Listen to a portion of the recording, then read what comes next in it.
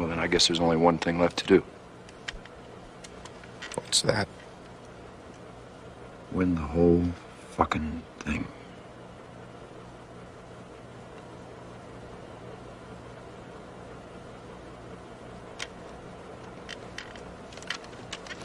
Yeah. Yes!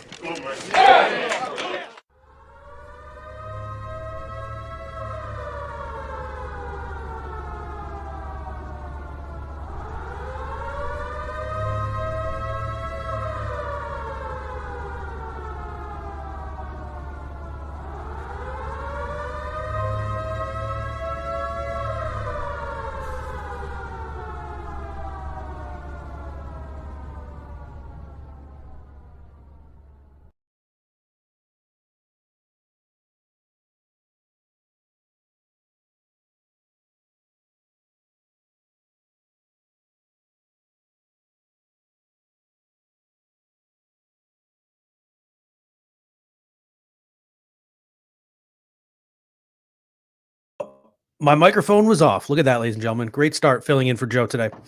All right. So I am going to, ladies and gentlemen, be filling in for Joe Miller tonight.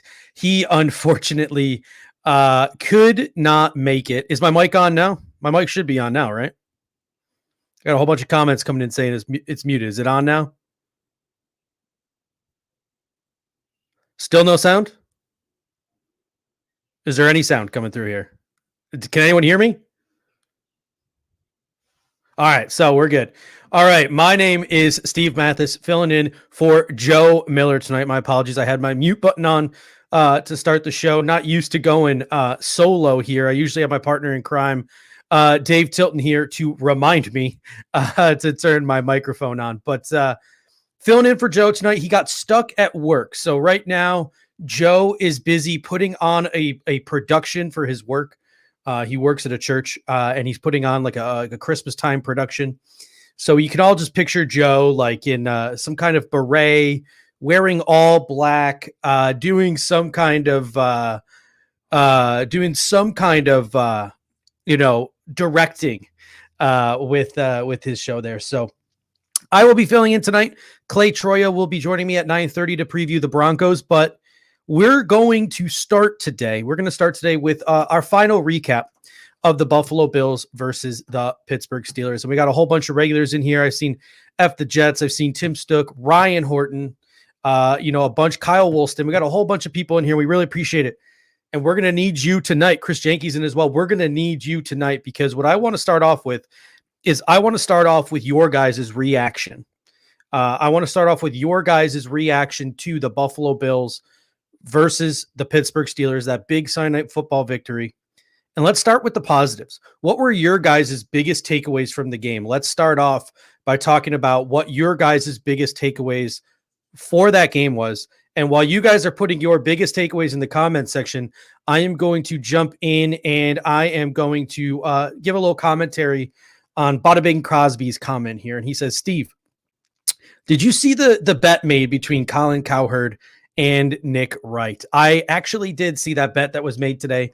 Colin Cowherd had Nick Wright on his show, and they channeled their inner Pinto Ron. And Nick Wright bet Colin Cowherd that if the Buffalo Bills win one playoff game, Nick Wright will take the mustard and ketchup bath. And if the Buffalo Bills win multiple playoff games, if they lose in the playoffs, Colin Cowherd has to take the ketchup and mustard shower. And if they win multiple games, Nick Wright will have to take the old mustard and ketchup shower. So it's going to be Nick Wright in about a month or two, taking that nice ketchup and mustard shower. Because what I want to talk about to start off the show today, and we're going to get to your positive in a second. I think the biggest positive in this game is these Buffalo Bills are legit Super Bowl contenders. I mean, legitimately, you've seen the pundits talking this week. Peter Schrager coming out and saying the Buffalo Bills are the number 2 team. Colin Cowherd coming out and saying the Buffalo Bills are the number 1 team. Mike Greenberg came out and talked about how the Buffalo Bills are the only team that could take down the Kansas City Chiefs. The Buffalo Bills are on an absolute heater right now. They would be 7-0. They'd be undefeated in their last 7 games if it wasn't for Hail Murray.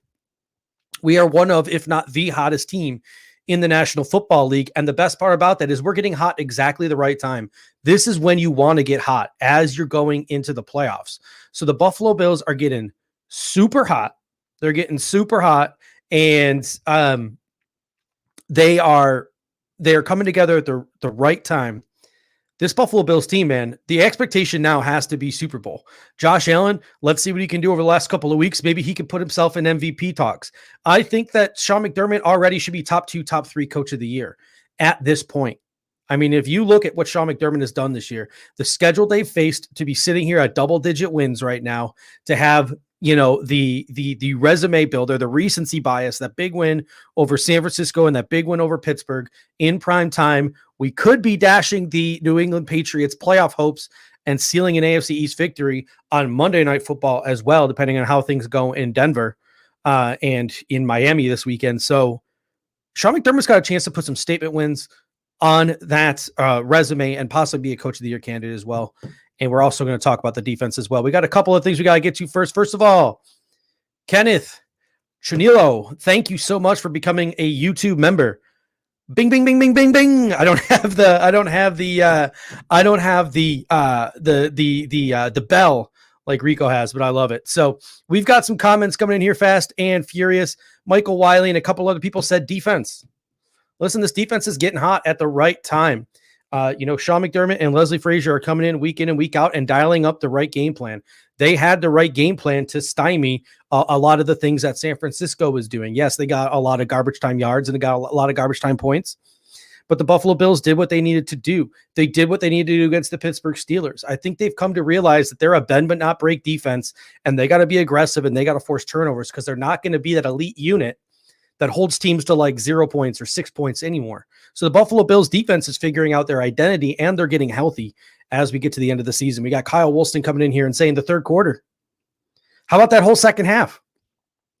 Josh Allen comes out, starts the third quarter, 11 for 11, 2 touchdowns, gets the Buffalo Bills the lead. Steelers get the ball back in the fourth quarter, walk down the field, score some points, but then the Buffalo Bills get the ball back and go on with 7 minutes, 11 seconds left, and they never give the ball back to Pittsburgh. So that whole second half just is exactly what you need to do in the playoffs, exactly what you need to do to take yourself over the top. So I'm really digging that. Allen getting it together in the second half. I made a comment on Monday's Bills Guys episode. The best thing that came out of that game was, to me, that when two defenses are playing like they were on Sunday, the better quarterback won the football game. And Josh Allen was the better quarterback. He outdueled a future Hall of Famer in Ben Roethlisberger, despite the age, all those things. It's a really good thing. So Tim Stook mentioned Darrell Williams. I want to get to Darrell Williams at one point. But we got Ryan Teal coming in. Ryan, I always appreciate the super chat, my man. He says, hump those likes. I'm not used to saying hump those likes. So hump those likes as we get in here. And Matthew Montgomery talking about running out the clock in that last 7 minutes and 11 seconds there. So the best quarterback won. Our defense is figuring out its identity. We were dominant in this game against Ben Roethlisberger. We had the perfect game plan. Like, they didn't see what was coming. The Buffalo Bills went out and they executed. They took advantage of Ben Roethlisberger's weaknesses. They exploited everything they had seen that team do for the last couple of weeks. So that was a great thing to see. The second half adjustments were huge. We got a couple other things coming in. DK says, is that Oliver a bust? We should have taken Metcalf. Listen, we can have the conversation about Metcalf because obviously we could have taken Metcalf at 9. We could have taken Metcalf before we took Cody Ford. We could talk about that till we're blue in the face, but Ed Oliver is not a bust. I mean, this guy is playing quality football. He's just, when your expectations are Aaron Donald and the guy is just a quality football player, that's when you start to get disappointed. But if you look at the advanced statistics, if you look at the film, Ed Oliver's having himself a pretty fine year, doing things that he doesn't typically have to do because Star-Lord Alele is out. He's missing that big fatty next to him to sort of take the pressure off. He's not Aaron Donald, but he's still going to be a very effective and efficient football player in the National Football League. He just maybe needs some more complementary pieces on the interior of that defensive line to let him do what he does best. But I'm nowhere near ready to call him a bust at this point. Nowhere near ready to call him a bust or even a disappointment for that matter. I think he's doing his 111th. We got another comment from Sheldon Colnor, super chat. We appreciate it, Sheldon. He says the Bills' ability to block out the noise and make plays. I like that. because people have been chirping this team all week. You got Nick Wright making the comments he's making. You had Keyshawn making the comments he was making. A lot of the national media pundits, both good and bad, because we saw Mike Greenberg make those really positive comments, both good and bad. We're talking about the Buffalo Bills all week. They blocked it out.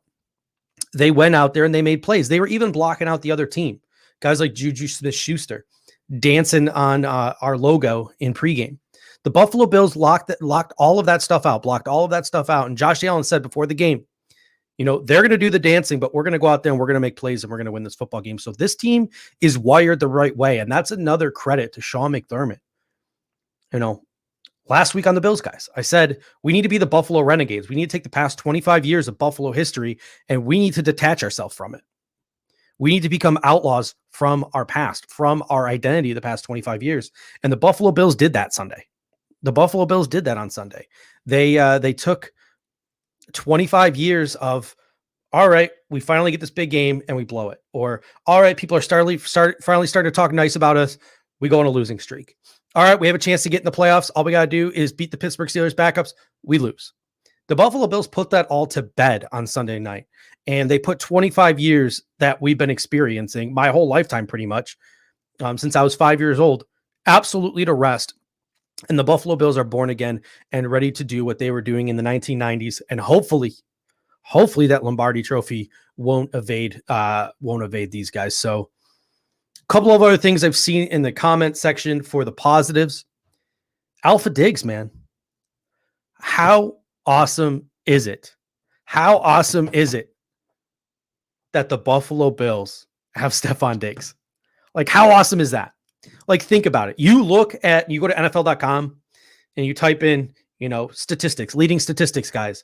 And you go to the website and you look at it and Josh Allen's face is popped up there on the quarterback chart. And Stephon Diggs' face is popped up there on the wide receiver chart. I mean, that's insane. And I think Nate Geary made a great comment today. He said, Stephon Diggs might not be the best receiver in the National Football League. He might not have the tools like a DK or a Julio or a Hopkins, because he's a different kind of receiver, which maybe makes him not the best in the game.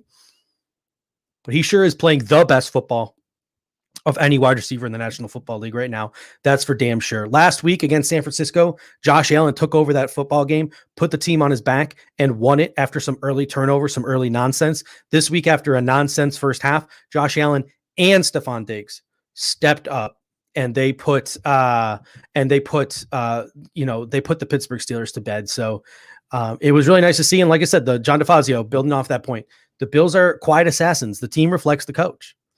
One of my favorite parts about this team is they do their talking after the game.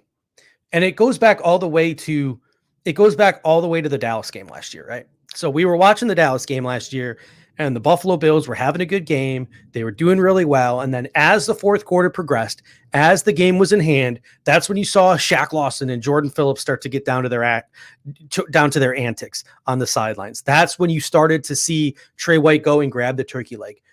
The Buffalo Bills wait until the game is over or the game is in hand before they start talking their shit.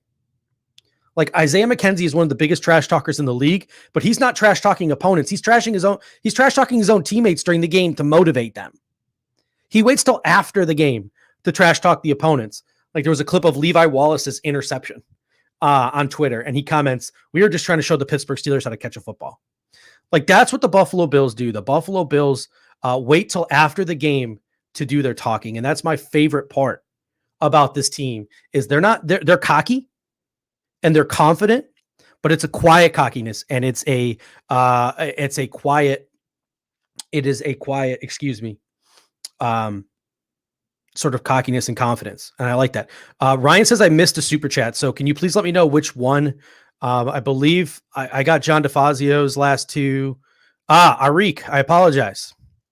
Hey, we came out of the game healthy with a W. And that's what we got to do. And Ryan Teal came out and said, put more talent around Oliver and he will shine. I agree with you. Totally 100%, Ryan. I appreciate that. And Arik came in and he said, we came out of the game healthy with a W. That's what we got to do the rest of the season. I don't just want to win this game in Denver and have Miami lose and clinch a playoff spot or whatever. I want to win the AFC East. I want to win out unless we're playing backups the last week of the season. And even if we're still playing backups, I still want to win that damn football game. Keep the W's rolling and stay healthy. You want this team to go into the playoffs on a winning streak. You don't want your team going into the playoffs having lost 2 straight. That's not something you want your football team to do. Like, if we clinch the AFC East and we lose the last 2 weeks to the Patriots and the Dolphins, that does something to your psyche. That does something to your football team. So stay healthy, obviously number one, but keep winning. Keep those W's piling up, because I really do think there is something to rolling over these W's heading into the playoffs. You don't want to go in with a couple of L's, some back-to-back L's or an L heading into the playoffs. John DeFazio says, Diggs is a beast. JB is back. Look for a return to 10 personnel and tempo. Hey, I'm all for it. Whether the weather allows the Buffalo Bills to do that or not, I don't know. But I'm all for that 10 personnel coming back with guys like Cole Beasley and Gabe Davis and John Brown and Stephon Diggs. And one of the things that I really loved about that Pittsburgh game was hiding Stephon Diggs in the slot. They did a lot of hiding Stephon Diggs in the slot. With John Brown coming back and you have Gabe Davis who can also play the outside, you could put both Diggs and Beasley in the slot and have some fun. Have some fun with opposing defenses trying to cover those two over the middle of the football field playing from the slot. So a lot of interesting things that Brian Daboll can utilize going into the playoffs. And this is what we're talking about, getting healthy, playing your best football going into the playoffs. It was the right move putting John Brown on IR. They probably should have done it sooner. Because we had the luxury of being able to do it. So he's probably not going to play this week in Denver because of his sickle cell, but he'll be back for the Patriots game. He will be back for the Miami game. And then he will be back in full force for the playoffs as well. So this offense could really open up. But it'll be interesting, a couple of things, to see how the weather affects it. As well, because and how the offensive line can play. Because if teams are getting pressure on the Buffalo Bills like Pittsburgh was, like that was the second half adjustment, was a lot of 12 personnel. They threw that second tight end out there. They had a second tight end. They had a couple other guys out there. So it'll be really interesting to see. A couple of people was talking about Drew Lock. I'm going to have Clay on in about 13 minutes. And me and Clay are going to get into that Broncos talk. So we've been through the positives. The better quarterback won this football game. Great to see. Dominance from the defense. They're finding their identity on defense. Getting turnovers, bending but not breaking. Alpha Diggs was awesome to see. Second half adjustments was awesome to see. Here's my last one before we get into a little Matt Milano, Darrell Williams debate. How about my boy Zach Moss?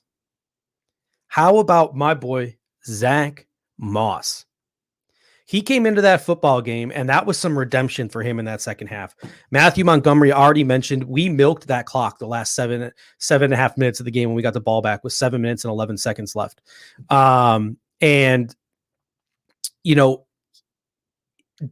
Moss he was a big part of that drive. He was a bully between the tackles. And as much as I like Devin Singletary is not an absolute freak between the tackles. He's not going to lower the boom like Zach Moss will. Can he get tough yards? Yes. But he ain't going to be making defenders think twice when he lowers that shoulder like a guy like Zach Moss will. So Zach Moss, knowing you have a guy who can run the football like that in the fourth quarter, redemption story, holding on to the football, that was awesome to see. Yeah, so it was a redemption drive for Moss, and it was a redemption drive for Dawson Knox, who I was ready to write off by halftime in that game. I'll tell you what, I have been Dawson Knox's biggest defender. One of Dawson Knox's biggest defenders. And at halftime of that game, I was just like, I'm done with the kid. I can't defend him anymore. I can't talk about development anymore. If the Buffalo Bills are going to keep throwing him out in the field and he's going to keep making these crucial mistakes and turning the ball over, I just can't defend him anymore. And I texted a few people that I'm like, I think I'm done. And he finally, had a little bit of redemption there in the second half. And Pierre says it's all mental with Knox at this point. You see it, folks. Like, as much as you are mad at Dawson Knox right now, as much as you are frustrated with Dawson Knox right now, you understand. I think we can all understand by looking at him what kind of freak of an athlete he is. Why the Buffalo Bills drafted him. Why the Buffalo Bills took him. Because if he can put it together, the dude has the physical capabilities to be one of the upper echelon tight ends in the National Football League. He can be, if he reaches his ceiling, an elite blocker. He can be an elite yards after the catch guy. He can be a guy who can get up and jump and win those jump ball situations. He can out physical people, and he can do both. He can go down the field. He can catch the ball in the short range and run with it. He can block. He can do it all if he puts it all together. I don't think anyone who sees Dawson Knox play football doesn't think to themselves, wow, if only that guy can get the mental aspect of his game together, get his hands right, get his mind right, not turn the ball over, he could really be something. Someone mentioned put Tyler Kroft back in. There was a reason why the Buffalo Bills chose Dawson Knox over Tyler Kroft. They made the conscious decision. We are putting in Lee Smith because we want to set the tone in the running game. We need a blocker. And you saw it. It came in handy in the second half. They went to a lot of 12 personnel to try to combat TJ Watt and Cam Hayward and all those guys putting pressure on Josh Allen in the first half. So they said to themselves, all right, we have a choice to make. Is it Tyler Kroft or is it Dawson Knox? And they chose Dawson Knox over a guy like Tyler Kroft, who was playing better football because they know what Dawson Knox's ceiling is. Because they know what Dawson Knox can be. And they want to see if they can get that out of him before this season is over and see if they have to go tight end hunting. John DeFazio coming in with another super chat. Always appreciate it. John, he says things to improve because that's our next topic. So great segue here. So in the comments section, talk about things that you think the Buffalo Bills might need to improve on. He says things to improve on. Check out of the inside run when loaded box in the red zone. I like that. Bootleg or jet motion is like stealing with our personnel. I can agree with that. I'm not going to lie to you. The San Francisco game, after the Micah Hyde interception, I was really disappointed with the play calling in the red zone. Maybe it wasn't even the play calling I was mad at. It could have been the execution, whatever. Like, I just really wish we could have punched it in that situation. And I believe that there was a situation in the Pittsburgh game, but it's been so long. It's been so long. It's been like 3 days. I believe there was a situation in the Pittsburgh game where we kicked a field goal where I was really hoping we could have been more aggressive with the ball down towards the goal line. So, yeah, I'm with you. I think maybe what I've seen in the red zone the past couple of weeks has been a little disappointing. And I don't even want to pretend like I'm mad because it's not really affecting the game in any way, shape, or form. But it seems like they've been trying to force the run a little bit up the middle, up the gut. They've been trying to run more than I think they should. Brian Daboll really loves to try to hide those offensive linemen. Like he made a comment a couple of like early on in the season. I think it might have been the Tyler Kroft game winner against the Rams. He straight up said like that was supposed to go to Ryan Bates. That play was designed for Ryan Bates, but it broke down and he threw it to Tyler Kroft. Like he's made it known and through his play calling and his comments post game that he loves to throw it to those guys those offensive linemen who are checking in as a wide receiver. San Francisco saw it coming from a mile away that they were trying to throw that football to Ryan Bates. So maybe try to not be so obvious to what you're doing. But then again, our guy Joe Miller, who is typically hosting this podcast, he'll blame Lee Smith 100% of the time because he believes a real wide receiver would have adjusted to that football from Josh Allen. Scott Vanderloo coming to the super chat. Always appreciate you, Scott. He said, what do you think about Juju Smith dancing on the Buffalo logo? He pissed off Jordan Poyer and Josh Allen as much as most of Bills Mafia. I love it. Keep doing it. If you're a Bills opponent, talk all the smack you want, tweet whatever you want, dance however you want, say whatever you want. Because this football team, as I mentioned earlier, we have a quiet confidence. We have a quiet cockiness. And what I love about this football team is we go out there, we handle our business on the field, and then we talk our shit. And then we talk our stuff. And that's what I love. I absolutely love about this Buffalo Bills team. And ladies and gentlemen, I got a little bit of a surprise for you because I know that as much as you enjoy me and me being on mute for the first 30 seconds of the show and not realizing it, what you really miss is the man himself. Joe Miller Wired. Welcome. I don't know if you caught the beginning of the show. Oh, I caught it. Oh. I had this beautiful introduction lined up. I was gonna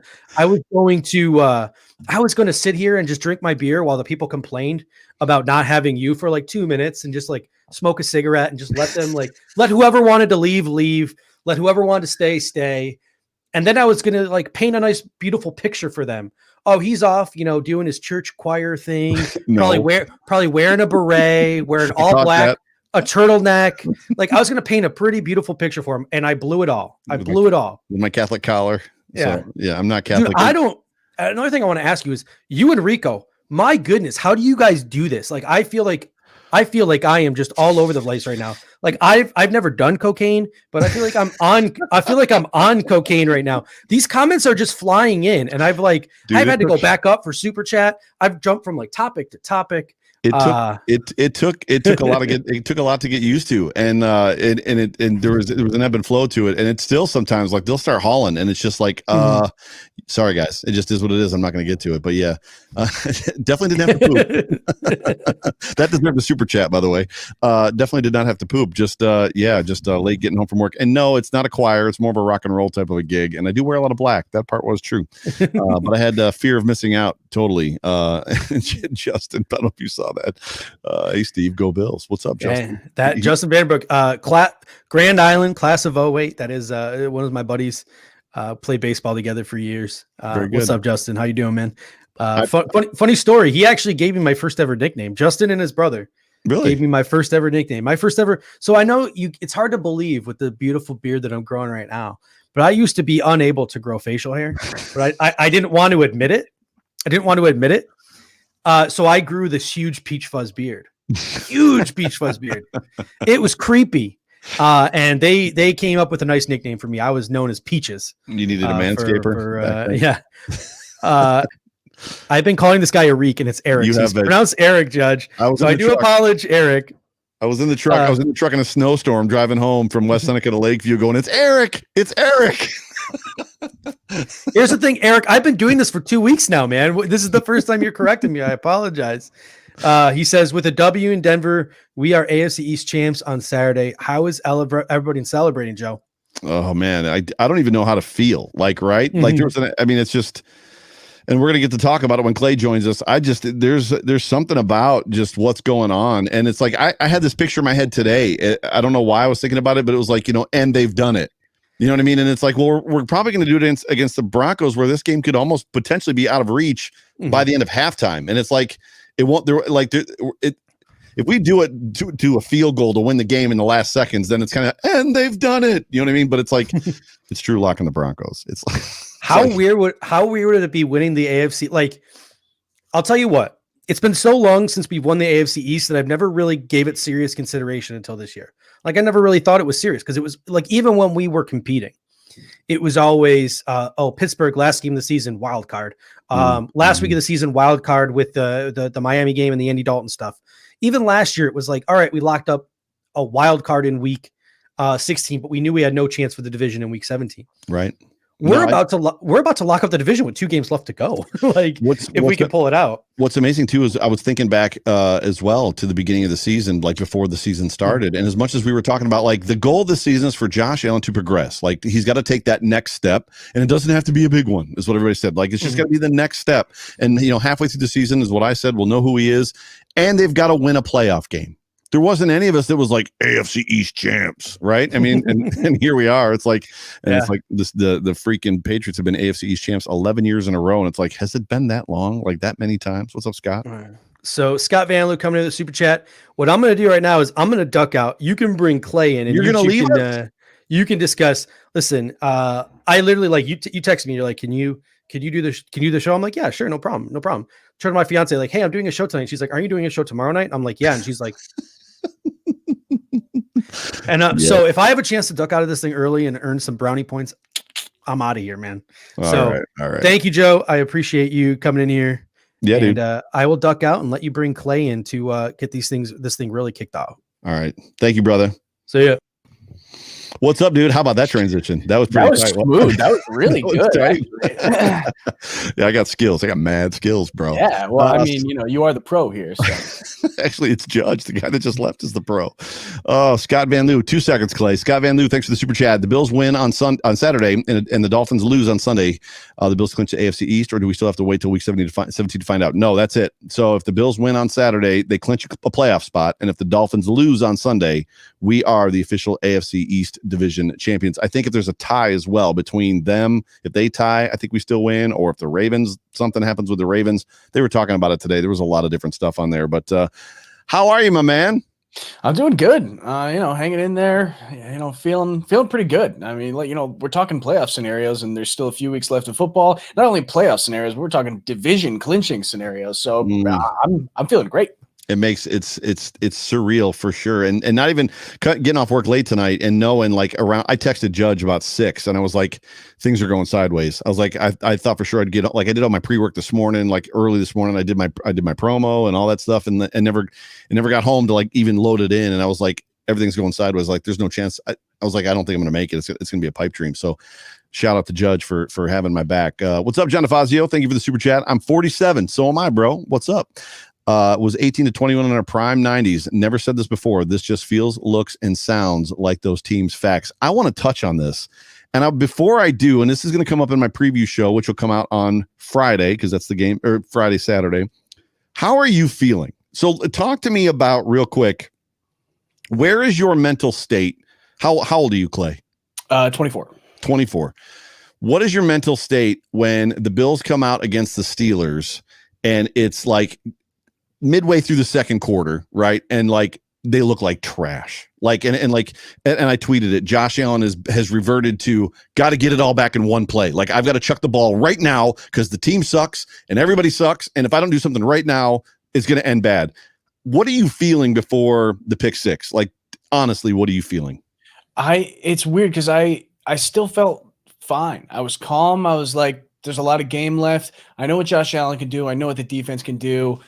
I wasn't worried, which is really weird because, I've been suffering as a Bills fan my entire life so far too. And I think, and I kind of talked on my podcast a little bit about this. It's just such a weird feeling for me to have so much confidence in the team where it's that first quarter, second quarter were terrible, from an offensive perspective. And I still just wasn't worried yet. And, they kind of made up for it by having the best third quarter they've ever had there. But I honestly have no idea how to feel right now. I think it still feels surreal to me. Yeah. Maybe it hasn't registered that this is finally a team that going into any given game, you can expect them to win.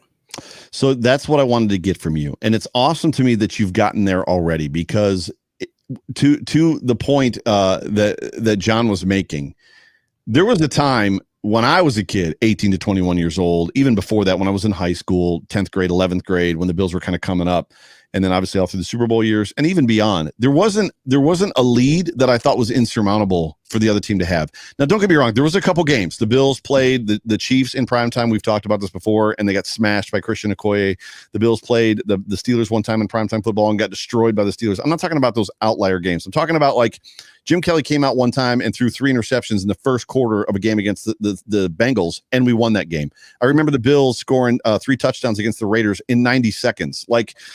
There was always that. I was always on the edge of my couch because I knew at any given time the Bills were going to turn it on and then they were going to take over the game and win. And then you advance through 20 years of literally living life that was, we've got a 10-point lead, right? And then somehow we give up 14. So now we're down by 4, and it's this lead's insurmountable. There's no way, it's over. Early third quarter, we're down by 4 points after having the lead, and it's nope, it's over. And we are returning back to no, this team is good enough to either lock down on defense or make adjustments on offense to basically turn that tide and come back. That's the world that we're starting to live in. And I find myself not sure what to do with my hands. I'm just is this real? Because it hasn't been real for you're down by 6. It's a 1 possession game. There's 3 minutes left and it's 3rd down and 6 on the other team's 47. And we're punting the ball.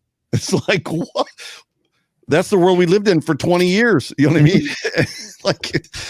And now it's it's 4th down and 4. How many times in that Pittsburgh Steelers game? Twice, and they went for it. And there was one time I was don't go for it. And they went for it and got it. I'm oh, all right, never mind.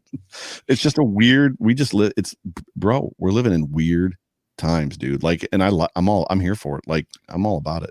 Yeah. And for me, as someone that's never even seen a good team before, I don't know why I just have this amount of confidence for this team. And I was, I'm thinking to myself, am I just being cocky now? Like, am I just thinking like, oh, it's because thinking about the Broncos as I was diving into the game a little bit and checking them out and seeing what they're about, I was like, there's no problem. We're gonna destroy these guys. No problem. These guys are terrible.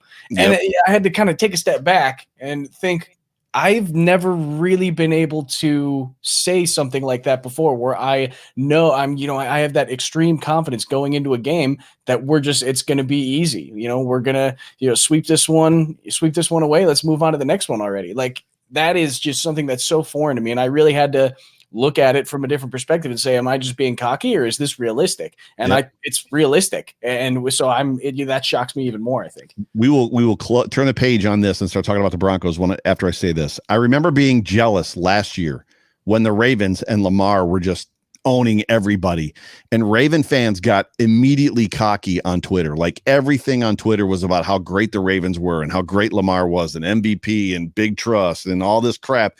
And I remember being like, I wish I could brag about my football team, because even when the Bills show a glimpse of good, and Judge touched on it at the top of the show, every time they show a glimpse of good, and I was brave enough to go, hey, my Buffalo Bills are looking kind of good, they get like the door slammed on them the very next week. And I'm like, oh, never mind. So it's like, it's bizarro world, dude. It's like, I've said it all season. We're living in wildest dreams land. Like, this is between Josh Allen and everything that's going on. And like, they could win out and like win a couple playoff games. Like, it's crazy, everything that's going on. So this is where I'm at. I am mega unprepared tonight. Today was a doozy of a day, a hell of a day, if you will. And there's people like talking about all this stuff. And I love what's going on in the chat between Richard Rush. I'm with you, Joe. Same exact ups and downs, but this feels better. Maybe because we're older and wiser. Maybe I'm crazy. We're probably a little bit crazy. Chris says, I'm old school fan, and I feel like the mid 2000s Bills teams with Drew Bledsoe, Eric Moulds, and Takeo. Oh man, I miss Takeo. Lauren Malloy, Sam Adams. It was pretty good. They were good. They just couldn't finish. They just couldn't finish. What's that? Willie Parker. Yeah, right. The good news about Willie Parker is he turned out to be a starter for like 3 or 4 years. So it wasn't just some game of some third stringer just running all over us. Right. Yeah, those are the guys that I grew up on. Takeo Spikes. I had a Takeo Spikes jersey growing up. Me too. Me too. And then when Takeo got hurt, I was at the game when he got hurt, when he blew his Achilles tendon. I was like, oh no. And I had the dark blue like jerseys, the new ones. And then when he came, and then Paz came in, I had the nameplate changed to Puzlesny. So I had high hopes for. I had huge hopes for my stepmom. My stepmom saw him at Toys R Us one year before Christmas, and she came home. She goes, I was at Toys R Us and I saw a Greek god. I saw a Greek god in the line in front of me. I think he was a Buffalo Bill, and I was like, Paul Puzlesny. She's like, blonde hair, long, like Paul. She's like, perfect chin, like Paul Puzlesny. Which is funny. All right, so let's do this. Let's transition now. So all of you in the comments section, we're going to transition to the Buffalo Bills at Mile High to play Denver. So Mile High Mania, as the show is titled. Again, dude, I didn't get to listen to your pod today. I didn't get to do any prep work today. I am completely in the dark outside of, I know what Drew Lock said about Tre'Davious White, which I hope Tre'Davious White heard what Drew Lock said about Tre'Davious White. I know that Drew Lock is not great under pressure. I know that he's just not great in general. Like, he's like very low on the rankings as far as certain throws and stuff like that. Philip Lindsay, obviously Melvin Gordon, but by and large, dude, outside of that, Von Miller's not playing. Talk to us. Tell us what's going on in this football game. What are we to expect?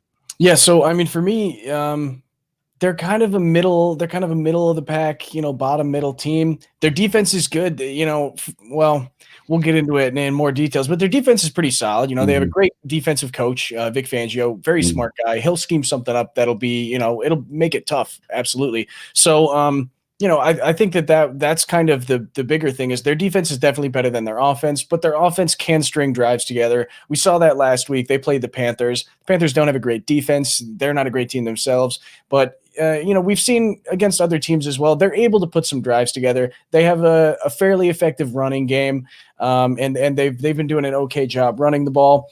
And they have a few guys that are able to do that as well. So I think really kind of the biggest thing for me that I've noticed, or that I think is a huge thing, is their corners are all hurt right now. They have, I think they have 3 corners on the active roster right now that are not, listed as injured.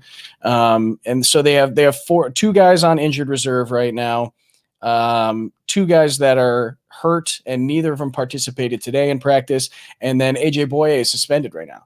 Yeah. So they've got a bunch of nobodies playing the cornerback position right now. And I think that alone, if I saw that and nothing else, I would say, oh, the Bills got this. No problem. Yeah, no Champ Bailey.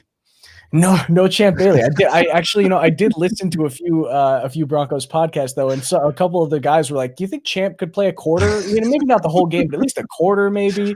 That's funny. Yeah, when you look at the matchups, as far as just the way that you're talking about it, there's probably, and there's Judge said something before I came on just about John Brown probably not being available. They're going to activate him, but he's probably not going to be available for this football game due to a sickle cell anemia. I don't know where that falls. I know that's pretty common up there, that guys that suffer from that generally don't play. We'll see. But even without him playing, like this wide receiver core, even without John Brown, is a handful for teams to cover. And then you get, depending on Croft or Knox and what they present, it's another, aspect. And then the screen passes to Devin Singletary out of the backfield.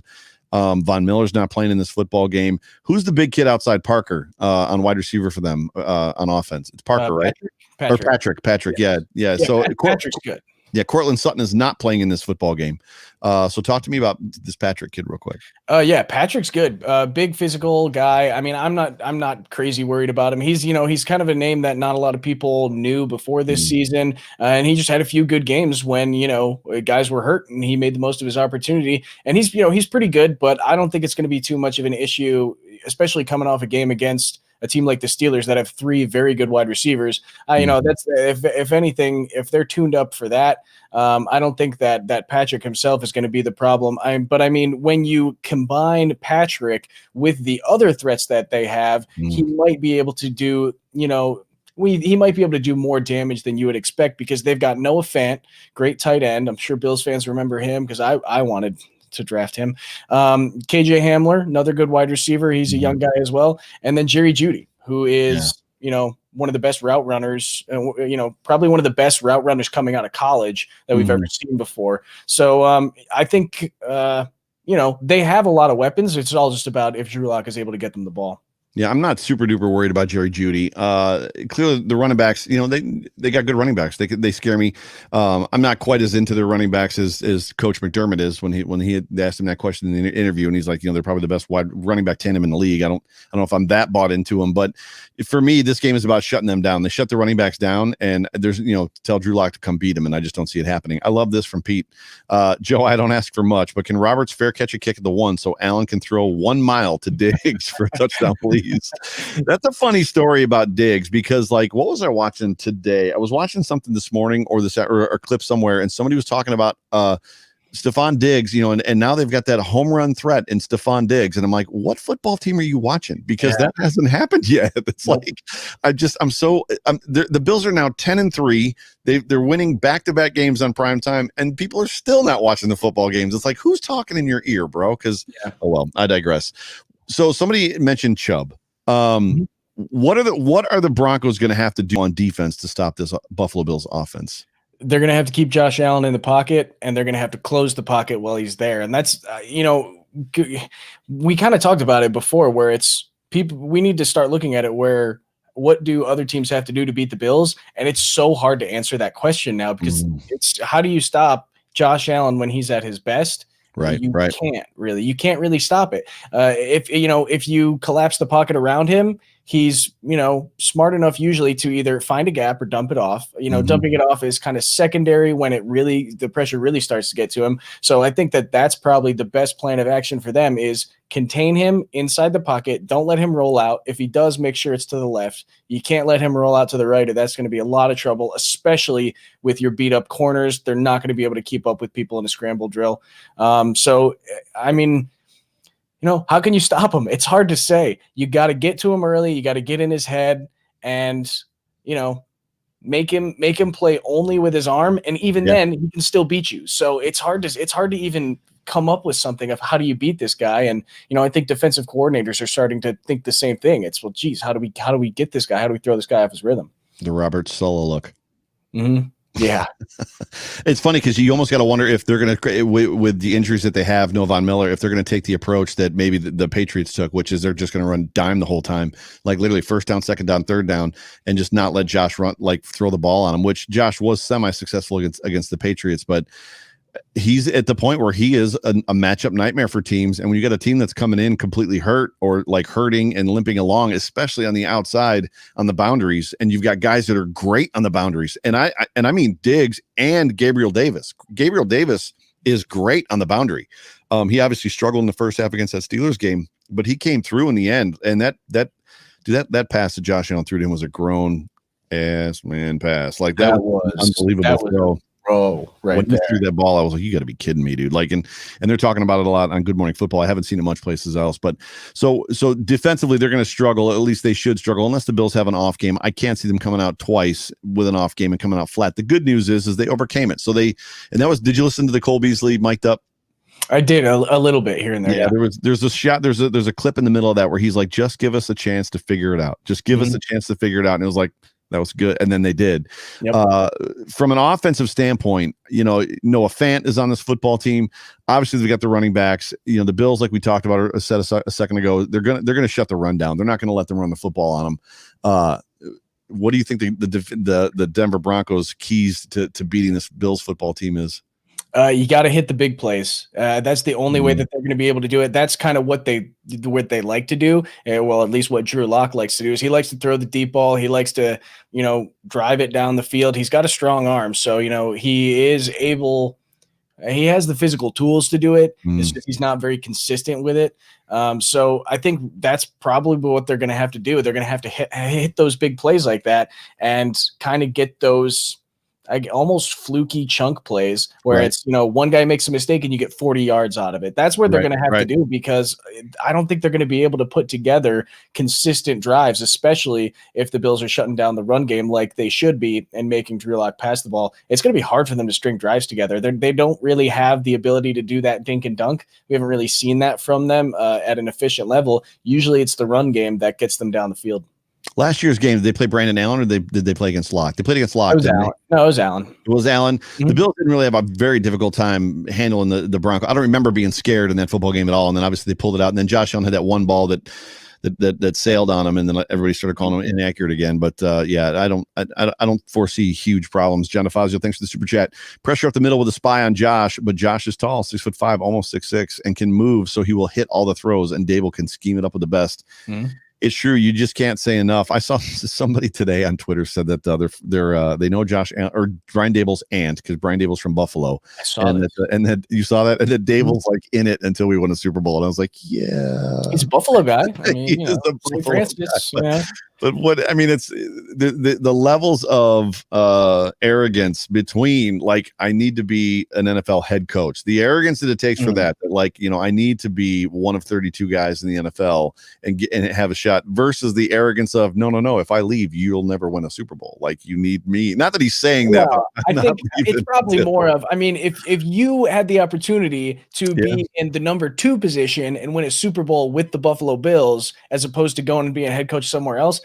Growing up a Bills fan, he grew up in Buffalo. Yeah. He's probably got that kind of thing where it's, well, I want to win one with Buffalo before I go anywhere else. So I could understand that there might be some truth to it, but he also the GM for the Chargers, who will have an open head coach position in the offseason. If they don't, they're doing something very badly wrong.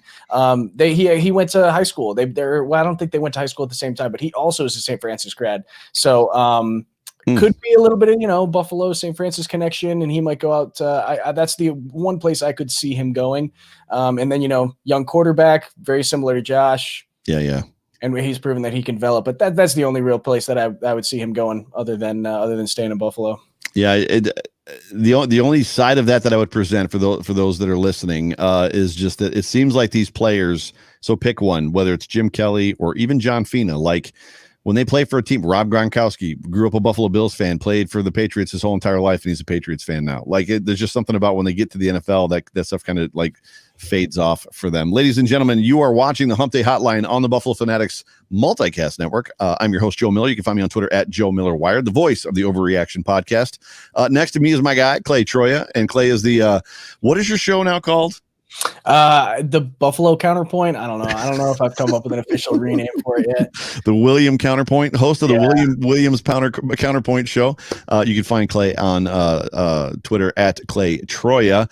And for those of you that are joining us, there's 203 people up in this thing. Whatever platform you're watching on, jump on that like button, hump it, as we like to say here. I don't know how many are necessarily on YouTube. Usually it's in the 180s, somewhere around there. So wherever that like number is at, it's the thumbs up. You want to click it. So jump on it, click that like button. But we're excited to have you in. We're talking about the Buffalo Bills versus the Denver Broncos at Mile High this weekend on Saturday, 4:30. And what I'd like to do at this point in time, if you're good with it, is just see if the folks at home have any questions in regards to just this football game.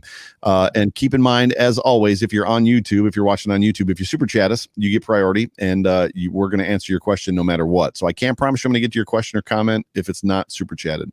What's up, Robbie? Robbie's in the show. So somebody's changed over the way my stuff comes up, and it's weird for me. It's hard for me to see it. Are you having trouble seeing it too, or is it?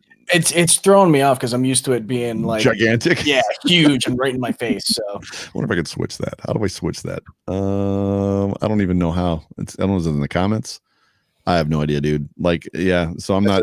You told me that I'm like the professional, and it's like, yep, no, it's right here. I think it's right here. I think I just found it. So let's see. So Robbie's here. There it is. What's up, Robbie? What's up, Robbie? How's it going, man? You get a chance. Robbie sent me a prediction. It was 28-18 or something like that today. He's got the Bills winning. We're not there yet, Robbie. So when we get there, you can tell us what it is. But Clay and Joe, John says, you guys are great. Solid mix of old school and new school fans. It's not me, dude. I'm going to be honest with you, Clay. You bring something really kind of like I was talking to Spence about it, and he was just commenting on how well we work together. And I was like, it's fun for me because I get to, like, when it was Spence, it was always a conversation. It was like, we have to have this conversation, and it's like we go back and forth. With you, I just pepper you with questions. Like, yeah, I like that too. Ask me questions, give me prompts. Yeah, I'll go off on it. Yeah, so for me, it's like I just sit back and like watch the comments roll and like let him do his thing. So which is good. I don't give you too much of a headache either. I bet Spence, I know you and Spence used to have your disagreements, and then it would really become something. So yeah, it was fun. It was a good time. Alex Wilson, Josh Allen going to ball out with John Brown back in the lineup this weekend. We'll see. Looking forward to another matchup against Denver. Yeah, me too. I think it remains to be seen. I think he's going to be healthy. The question is just with his sickle cell anemia. Steve changed my settings. Oh, apparently. So yeah, Matthew was here at the beginning. I don't know why. He must like the new modern look. For me, I'm old. I don't need glasses. I have perfect vision, but it's like all of a sudden it was like a little tiny box down in the bottom corner. I'm like, I can't read that. How many points? Ombre Loeb asks, how many points will we blow them out by? I'll let you take this one. What's the point spread on this one? How many? I'm pretty sure point spreads, I think 6 or 7, something around there. I think it's going to be at least a 10-point victory. Yeah. It's hard. I don't like predicting blowout, big blowouts. It's not really the Bills' style either. They don't really blow teams out. It's just kind of they're going to play their game. Once they get a solid lead on you, they're gonna close it out, which we kind of saw against the Steelers last week. Is they got the lead, they closed the game out. They had a 7-minute drive. They were running the ball effectively on that drive, taking up lots of time. So I thought that was, it was a good sign for the future that they're able to do that. But it's really not the Bills' style to blow people out. I think the only, you could say maybe the Dolphins game, they kind of were running up the score a little bit, but the Dolphins were kind of staying with it a little bit as well. So I think probably 10 points. That's good. There was just a question. Where'd it go? It was good. Not that one. Here it is. A-Cat says, worried about all the quick slants Locke usually likes to throw. I'm going to be honest with you. Against Trey, no. Against Levi, a little bit. Yeah, I'd agree with that. Levi, he plays very soft. So that's kind of the way that he plays. It's the way it's coached up. You want to play soft. When the ball gets thrown, you make a break for it. He's just a little slow on the break and the closing speed. His closing speed is insane. He's so good at that. But yeah, and he's also, he's not afraid to. We saw him get handsy with Claypool last week, and we know he's not. Yeah, that's a big dude, by the way. That's a large man. That Trey, what's awesome. Trey, like 5'11"? Is he even 6 feet tall? I don't know, but he totally pancaked him, which was a beautiful thing to see. Yeah, it was awesome. The real Chris Janke says, what's our biggest challenge we have to overcome to beat Denver? For me on offense, I think it's going to be the running back situation. You know, we don't want to get caught in some sort of a weird zone read where they're flip-flopping running backs and keeping us off balance. And like their guys are tearing off 13 and 14 yards per carry. I would like to say that, like, not that that really happens. That's an exaggeration, but there are teams that have averaged 6 and 8 yards a carry against us. So it can become a problem. I don't know if you see something different than the running backs. Yeah, the running game is probably what worries me the most. If you stop the run game, you win the game. But even if you don't stop the run game, you still probably win the game. So I don't know if there's any real one challenge that they need to overcome. I think it's going to be fairly easy. They're going to be able to hit a lot of passes in that 10 to 20 yard range. They have good safeties, that are back there, veteran guys, Kareem Jackson, Justin Simmons. Those are good players, but they're not going to be able to make up fully for those corners being out. Yeah, famous last words. This game should be easy, right? Eric, thanks for the super chat. Keys to stopping Denver: stop the 1-2 running back punch. Absolutely true, and make Lock throw. To time of possession always possible. No, to time. What? Can you read that? Always possible with Lock throwing the ball. To turnovers always possible. Yeah, he actually is not. Man, you know who's great at this? The person that is great, and he's been doing it forever, at deciphering and like reading the code of these chats is Rico. Like Rico, like I watch Rico shows, and like sometimes I read them, I'm like, what the? And then Rico's like, blah, blah, blah, blah, blah. It's like perfect. I'm like, dude, how does he do that? Because TO, I should know that stands for turnovers. I'm thinking like Terrell Owens in my head. I'm like, Terrell Owens ain't playing in this football game. What are you talking about? Bills 30-17. Go Bills. AFC champs. AFC champs. Not even an E after that AFC. So Eric, thank you for the super chat. Matthew Montgomery says, I just hope they don't give up more garbage TDs at the end. I'd like to see RD shut the door. You know, I called him out. So I called this defense out against the 49ers. And I said, the Bills let them drive down and they scored. And then it was on the second drive at the end of that football game. And I was like, just once, I'd like to see this defense close out a football game. And they were on the, whatever it was, the 3-2 yard line. And then that's when Trey made the interception. And you can't ask for more than what they did against the Steelers. They got the ball back with 7.5 minutes left. And that was it. Like, it was over. Like, they didn't, like, freaking Moss, as much as we've all criticized Moss this past week, coming into that football game against the Steelers, he just like laid the rock down and like didn't let him up off the carpet again. Like, it was great. Lone Wolf, snowing like hell here in Hartford. What's it like there? Well, I'm in the South Towns. You're in the North Towns. I just came from West Seneca. I live in Hamburg, Lakeview. It's coming down in light particles, but it's starting to accumulate, getting a little bit slippery. How's it there where you're at? About the same. Not coming down super hard or anything like that. Most of the snow's going further east, kind of missing us a little bit. Yep. But yeah, got a little bit starting to accumulate. Roads are getting slightly slick, but yeah, it's literally another one of those scenarios, just like with Colorado that had the 3-foot snowstorm a month and a half ago, and we've got, this is like the first real snow we've gotten this year, and meanwhile the East Coast is about to get walloped, and we're called Siberia. It's like, I don't get this. John Fazio, big time contributor to the show tonight. New line setup with Winters out is clearly more effective. Yes, Ike Butker is holding his own. I do have the inactives, or I should say the injury report that came out for today. We can look at that real quick. Josh Allen, knee, ankle, full participant. Tremaine Edmonds, foot. So that's a new injury for him. He was limited. Jaquan Johnson, ankle, did not participate. Taron Johnson, I keep pronouncing his name wrong. It's Taron, like Karen Johnson, concussion, limited. And then Lee Smith popped up. I was surprised not to see Morse on that list, just because he came out of the game for, it wasn't a full series, but it was for several plays. And they were talking about like he had hyperextended his elbow, and I was like, so I totally full well expected to see him on that list, but he wasn't. For him not to be even listed, that is a little strange, since they took him out, wrapped him up, put the brace on. Could have just been precautionary, and then after the game he was like, actually I'm fine. But yeah, the new O-line I really like. Winters is solid until he sucks. And when he sucks, it's really noticeable. Butker, I think, has less of those plays where he sucks, where it's, most of the time he is pretty solid. I think he fits well with the zone run scheme as well. Yeah. So I love that your avatar, Buffalo Mafia News, coming in late. Merry Christmas. What's up, bro? Merry Christmas. We are 12 days away? No, 9 days away. 9 days away from Christmas. So if you haven't got your shopping done, get it done. My guy Richard Rush says, might have Norman in on short passes. Talk to me real quick about your thoughts about the 50-50 thing between Norman. I thought Norman did well. Yeah.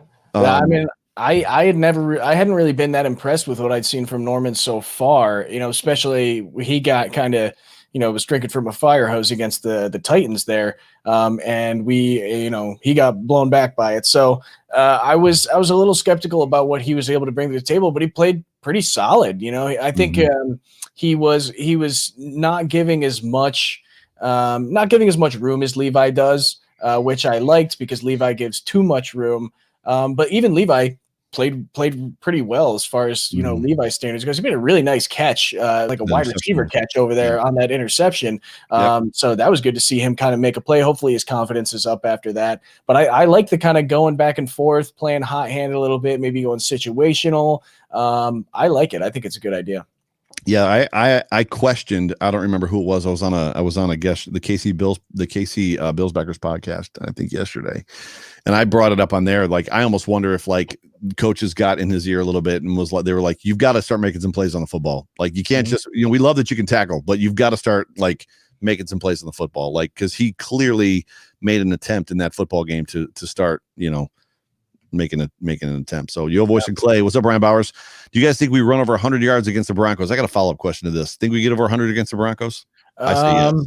Do we? Yeah, I think probably yeah. Just because the defensive front is going to try and force us to run instead of pass the ball. I think yeah. I think Josh Allen could end up having 40 or 50 yards in this football game. So just because of that same reason. So it's funny because not a lot of teams are spying Josh Allen. So I don't think it's going to be a spy situation, but I think it's going to be open. So they're going to have, like I said, they're probably going to play dime the whole game. So beginning of the season, I predicted on this show with Jay Spence, I predicted two things. I predicted that Gabe Davis by the end of the season would be our number 2 wide receiver. And what I meant by that was not that he was going to play better than John Brown, but that he would be getting more snap counts, like more snap percentages than John Brown. And this was coming out of preseason when we were all hearing about like how this kid was like, he'd learned all the positions, like on the, like all the route trees and everything else, and was just like owning his place, which we've kind of seen, which is awesome. The other prediction that I made was I predicted we would have 2,000-yard wide receivers, although I predicted it would be John Brown and it would be Stephon Diggs. Did you see that number today for Cole Beasley? He's at like 781. Is he?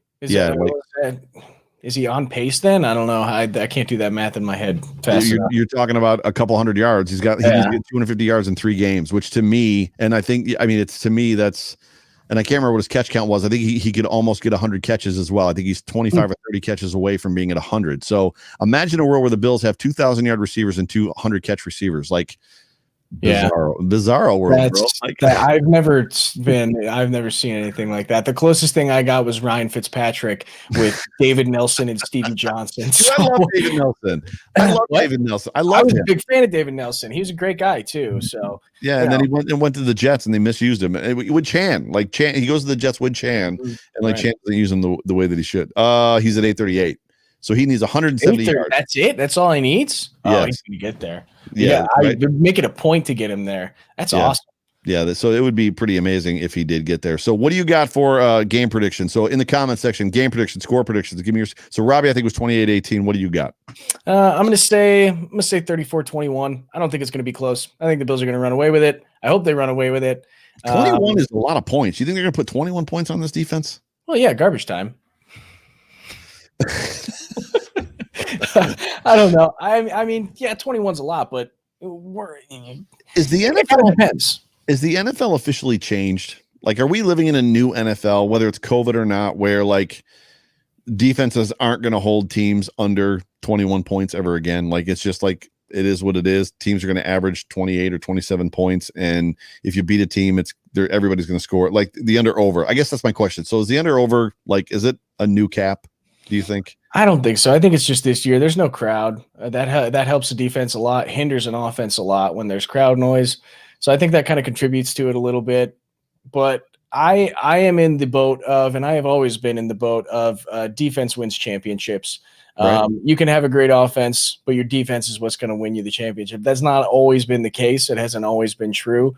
But I mean, that's how the Patriots won a lot of their Super Bowls, or at least got to a lot of their Super Bowls. I know people like to talk about how good Tom Brady was in the playoffs. Go look at his playoff stats. He wasn't that good. The defense carried them through a lot of those playoff games. So I'm a big believer in that. So I think defense is not going to really go away that much. I think it's just kind of a fluky year. Yeah, no, I would agree. It might be an outlier year. We'll see. Adam Shepard, thanks for being a part of the show. With this type of success, what's your thoughts on other free agents wanting to come here and play now? It's been this way for years. I don't know your thoughts. I think they're going to want to. Yeah. They see the culture. I mean, Stephon Diggs got traded over here, and he was having a terrible time, and now he's happy. He's talking about how he gets along with everybody. I think offensive players are going to want to come, especially if Brian Dable stays. They're going to want to come and be a part of this offense because it's exciting. It's high octane. They score points, and they want to be with Josh Allen and playing with him since they've seen what he can do as well. And if you want to have a good fan base, this is the place to go. There's maybe only a handful of teams really that if you want to go there and have a really good fan base, there's maybe like a handful of teams that you would go to. And the Bills are one of those teams, and they're playing really good right now. So I think it's going to pull people in. So, ladies and gentlemen, you're watching the Hump Day Hotline on the Buffalo Fanatics Multicast Network. I'm your host, Joe Miller, with Clay Troy. It's good to have you guys with us. There's a whole bunch of folks up in here. Do me a favor, whatever platform you are listening to or watching on, jump on that, hump that like button, and get our metrics up. Question for you, as I saw it being debated today. There's conversation, and it was on the Hoof Guys podcast. Our guys, the Hoof Guys, with Sturls and Eric and Anthony, and they were debating Williams versus Milano. And I am on Sterl's side. To me, Darrell Williams is the unsung hero of this offense and maybe this whole entire football team. There is nobody that is bringing their lunch pail to work and basically quietly overperforming or outperforming what they've been asked to do more so than Darrell Williams, even to include, I don't know if you saw the metrics today that came out about his game against TJ Watt, where PFF basically said he owned him all by himself. But knowing that this injury-prone year that Milano has had, as much as we've all said availability is the best ability, and Milano's had a hard time, he really isn't injury-prone. And the defense clearly is different, and I'm setting you up, obviously. The defense clearly is different with Matt Milano in it than when he's not in it. One of them is going to have to get paid. Which one are you paying, and why? Paying Darrell Williams. I think I am too. Right tackle is a lot harder of a position to replace, and the Bills played a lot of games without Matt Milano, and they were able to win a lot of them. Mm-hmm. They can win without Matt Milano, and they were winning those games with AJ Klein in. So, I mean, they were losing. They lost a couple of those games when AJ Klein had a really bad game. Right. But when AJ Klein even, played decent or stepped up a little bit and just made a couple plays here and there, they were able to win ball games that way. So I think if you bring in a young guy, I don't know what AJ Klein's contract is. I don't know if he's on a 1 year or what, but if someone, I think he's a 2 year. 2 year? Yeah, 2 year. So if you have a guy come in, learn a little bit, play, get mixed in the first few weeks while AJ Klein is still there and mentoring, I think it's a much easier to go into a draft and replace an outside linebacker than it is a right tackle, which is you need good tackles that can protect your star quarterback. And right now, the offense is the reason that they've won most of their games in the season. So, got to protect your assets. Yeah, got to protect Josh at all costs, just as Dustin says. And the reality is Ty Nseki's gone next year, right? You got to assume Trent Murphy's gone next year. And I don't know how much longer the Buffalo Bills are going to afford to live the luxury that they've lived, which is basically having the highest paid defensive line in the NFL and rotate those guys on a 50% snap count rate, 50 to 55% snap count rate. I think that at some point the real world is coming where they're going to have to spread that money out, which maybe means they re-sign Milano and Williams and they cut some of this dead weight off, right? Mm-hmm. So yeah, we'll see. And now you're asking Mario Addison to play 70% of the snaps as opposed to playing 50%, and maybe he's not as well rested, on Monday. If they can figure out a way to clean up the cap on the defensive line in order to re-sign those guys. I have complete faith in Brandon Beane, by the way. He is the kind of guy where he surrounds himself with people that are smarter than him. That's his mantra. And I think they'll get it done. I'm not that worried. I love this comment, John, and thank you again for the super chat and being a part of the show. Milano is one game away from being a major problem for any offense we play. Do not underestimate his role if we play Kansas City. We don't. We're not sitting here telling you that we need to sign Darrell Williams because Matt Milano isn't good. Nobody is saying that. He's probably a top 5 linebacker in the NFL as it pertains to pass coverage. The problem is you've got a guy like Darrell Williams that is a right tackle, and where the Bills are going to be drafting very, very late. And I said this errantly a couple weeks ago that when you're looking through who you can pick up that's good, that's going to play, plug in and play at that position, there's certain positions that aren't there. Generally, it's cornerback, but we got Trey late, and Trey ended up being obviously Trey. Guard is one of those guys that you're going to get in that 28 to 32 range that's going to come in and plug and play. What do we need not next to it, on the opposite side of John Feliciano? We need a guard, because I'm not sure Cody Ford's it, right? We know that Brian Winters isn't it. Ike Butker's coming around, but we don't know what kept him out of the lineup and what kept Brian Winters, who was walked out the door in New York or in New Jersey with the Jets, and then when he came here, he got the spot. So there's something going on there. You're not gonna probably replace a dominant right tackle at 28 to 32, and then what amounts to be 56 to 68, right, or 64. I mean, yeah. It's just not going to happen. And so nobody is, just so everybody understands, nobody's saying, neither of us are saying that Milano's bad, or that Milano isn't good enough, or that Milano doesn't deserve the money. He's going to make 14, 15 million a year. We're just not sure that the Buffalo Bills should pay him that money. So, and it's also a scheme issue, right? Like so this does not happen. Cut Morris, Feliciano. Yeah, I was just reading that one as well. Like, I don't know what was going on at One Bills Drive when Coach was saying all this. The best 5 guys will play stuff, and I don't know if they were trying to light a fire under Mitch Morse. I know he was coming off a concussion, so maybe there was concerns as far as his health, and this was his 5th or 6th concussion, which was the last time it kept him out for a full preseason.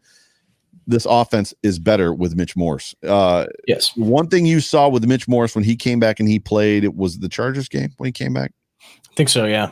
He was all over the football field. Mm-hmm. Every single time the running back was tackled 25 yards downfield, Mitch Morse was right behind him. Which is one of the things that I think I've been most critical of on the offensive line is their inability. It's mainly the guards and center. Their inability to block people at the second level. I don't know what it was, but when you watch the film, it's like half the time when they go out there, they're just like falling down in front of these guys trying to block them. It's just not working. So, and he's been able to do a lot better with that since he came back. So, yeah, I mean, I think their line right now is solid. I think even if you don't draft a guy and you have Butker still playing, I think they're going to be okay. If you have one weak link on your offensive line, it's pretty good to only have one. Yeah, and what you just said is exactly right. I almost wonder if, because we have seen a little bit of a different Mitch Morse since he came back and McDermott made those comments to the press of the best 5 guys will play, whoever they are. Clearly, Feliciano is a must start because he brings an edge and he brings a moxie and a personality that nobody else on this offensive line has, which is that grinder Mongo, which is his Twitter handle, mentality. So they may have gotten in Mitch Morse's ear and been like, bro, we paid you $60 million or $56 million for a reason. We made you the highest paid center in the NFL because of what you showed us in Kansas City. And I don't know what's going on with you, but we need more out of you. And he clearly is playing. He's given more extra effort, for lack of a better way of putting that. Buffalo Mafia News says, good thing that doesn't say Bills Mafia News. Just want you to know that. Sorry, I'm a little salty still. Give Ford time to be a tackle. He was okay for a rookie. He was okay for a rookie last year. It's debatable. Yeah, I mean, I'm not ready to cut bait, but yeah, offensive line's a hard position to play. In the NFL, it's a big jump when you're going from college to the NFL. You very seldom see rookies come into the league at the offensive line position and dominate. I mean, even Garrett Bowles, who we're going to play this week, was I think he was an early draft, but first-round draft pick, I think, for the Broncos. And it took him a little while to get into it, and now he's playing very well. So, I mean, it takes time, it takes experience, and he's been hurt a lot. And, that the not being on the field consistently definitely makes that even harder. I don't think he's a lost cause, and I think he'll be able to develop at least a little bit, but I don't know if he's there. I don't know if he's there right now. He definitely could be a guy that, if he's healthy next year, he can fill in a little bit. Peter asked, the Bills cut Brown at the end of the season to re-sign Milano, Williams, or Feliciano.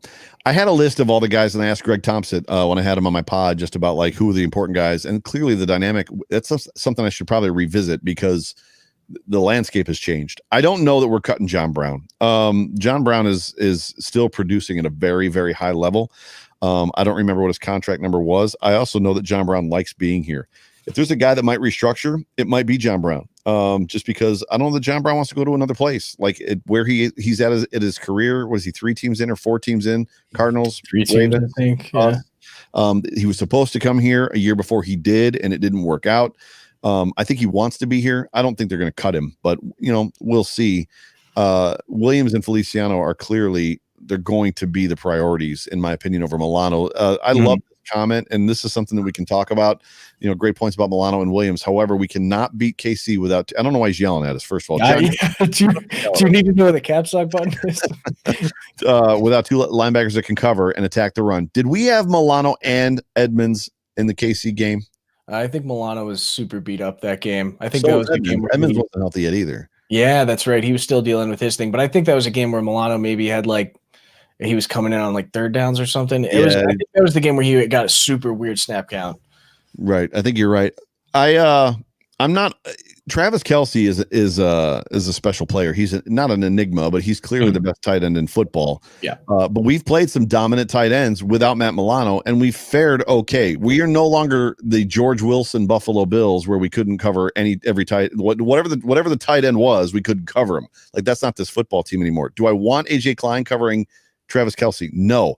It was Saron Neal. Didn't Saron Neal pick up Kelce quite a bit in that football game? Yep. Yeah, they put him in a lot to kind of cover there. Yeah, and from my opinion, or from my memory, it wasn't awful. It wasn't he didn't have 200 yards and 4 touchdowns. Clearly it's about limiting what Kelsey's going to do against you, but you're also talking about limiting what Pat Mahomes is going to do, which is why they chose to let them run the ball all over the football field. I think when we see the Patriots, when we see the Chiefs again in the playoffs, I think the Bills are going to. I think they're probably going to play a similar defensive scheme that they played in that first game, which means they're going to let them run the ball. And I think that what they're going to do is I think they're going to throw the ball all over the yard if they can. I think they're not going to try to run it this time. It's not going to be we're going to let you run and we're going to try to run and see what happens at the end. And what do you know? It turned out to be a 1-possession game. I think we're going to let you run and we're going to throw it all over you and have you try to keep up with us. That should have been the game plan originally.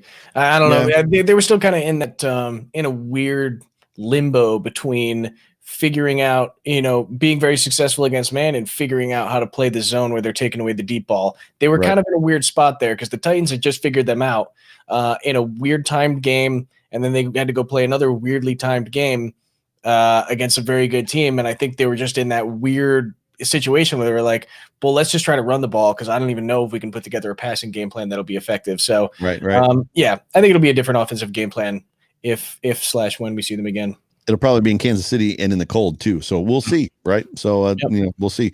My brother from another mother, Andrew Miller, with the super chat. Thank you, sir. Milano hasn't stayed healthy in his 4 years with the best training staff facility.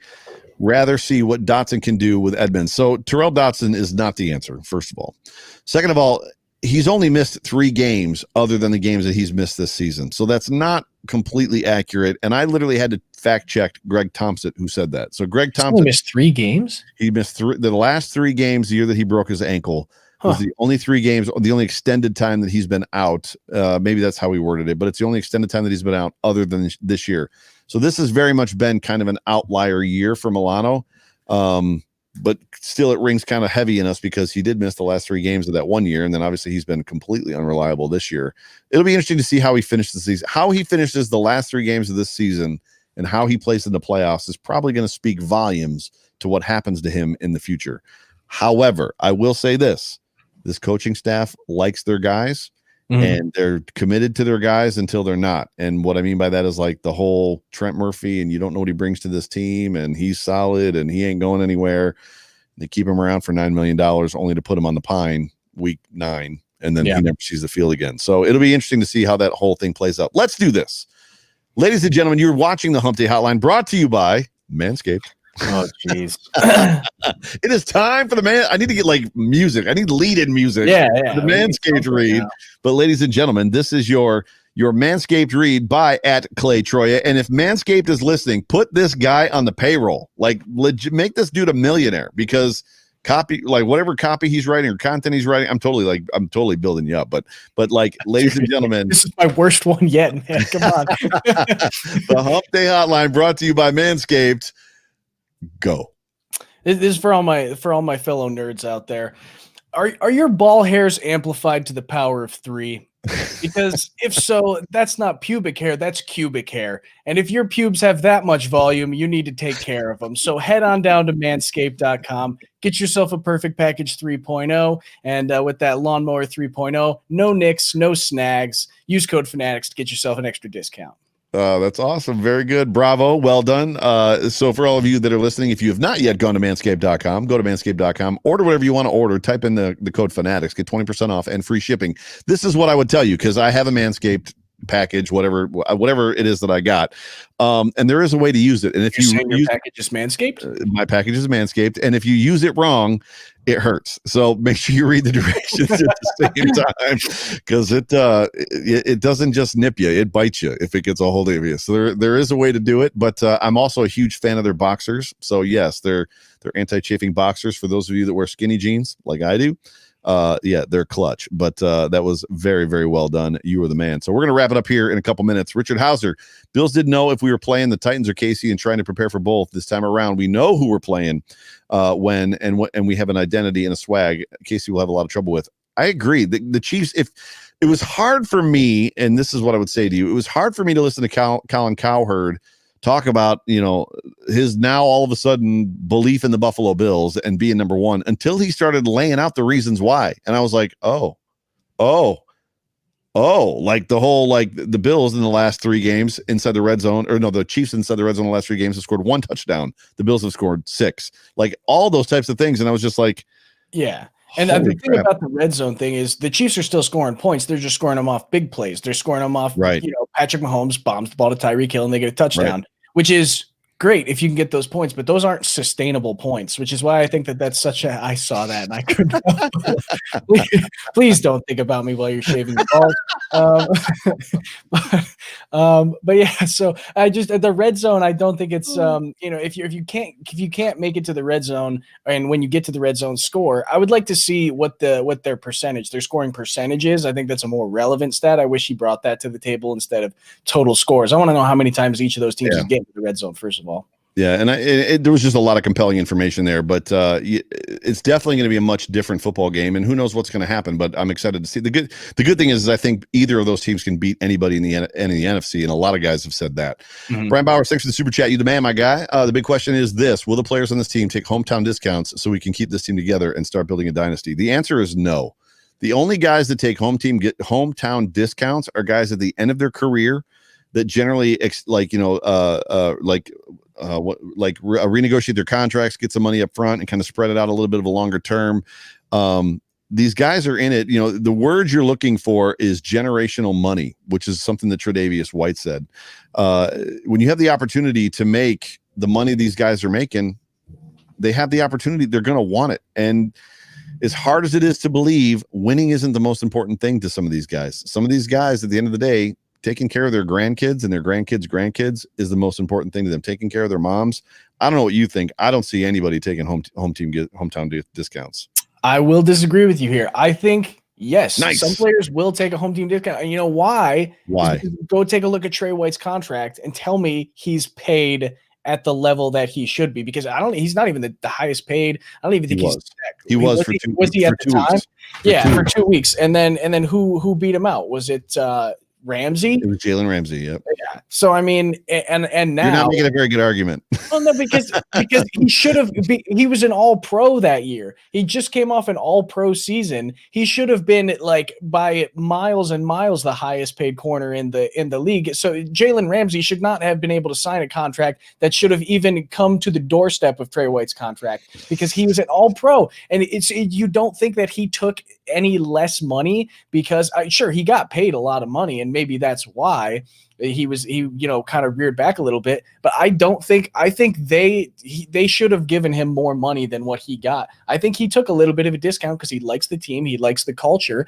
I think if you see guys starting to take hometown discounts, that'll be the biggest credit. What was his number? Somebody tell me what his contract numbers was. Someone go to Sport Track, right? Yeah, somebody pull up his contract numbers.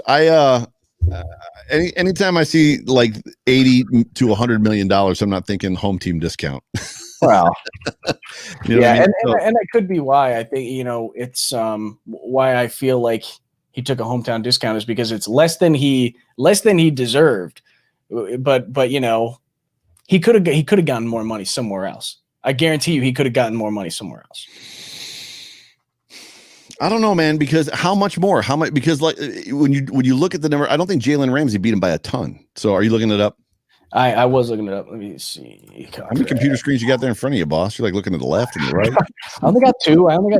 I got one. It's a big one, but I only got one. You got the wraparound screen there? No, I got the. You saw my iMac, my 27-inch iMac, when we were over at where was it? Magruder's. Magruder. Yes. So, yeah. All right. I'm pulling up Sport Track right now. Hold on. Is this it? This is not it.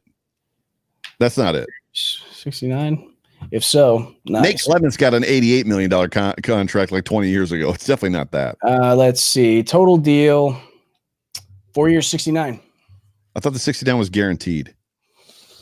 Let's see. Guaranteed at signing 36.7. Didn't Gilmore get 80? Maybe Gilmore got paid.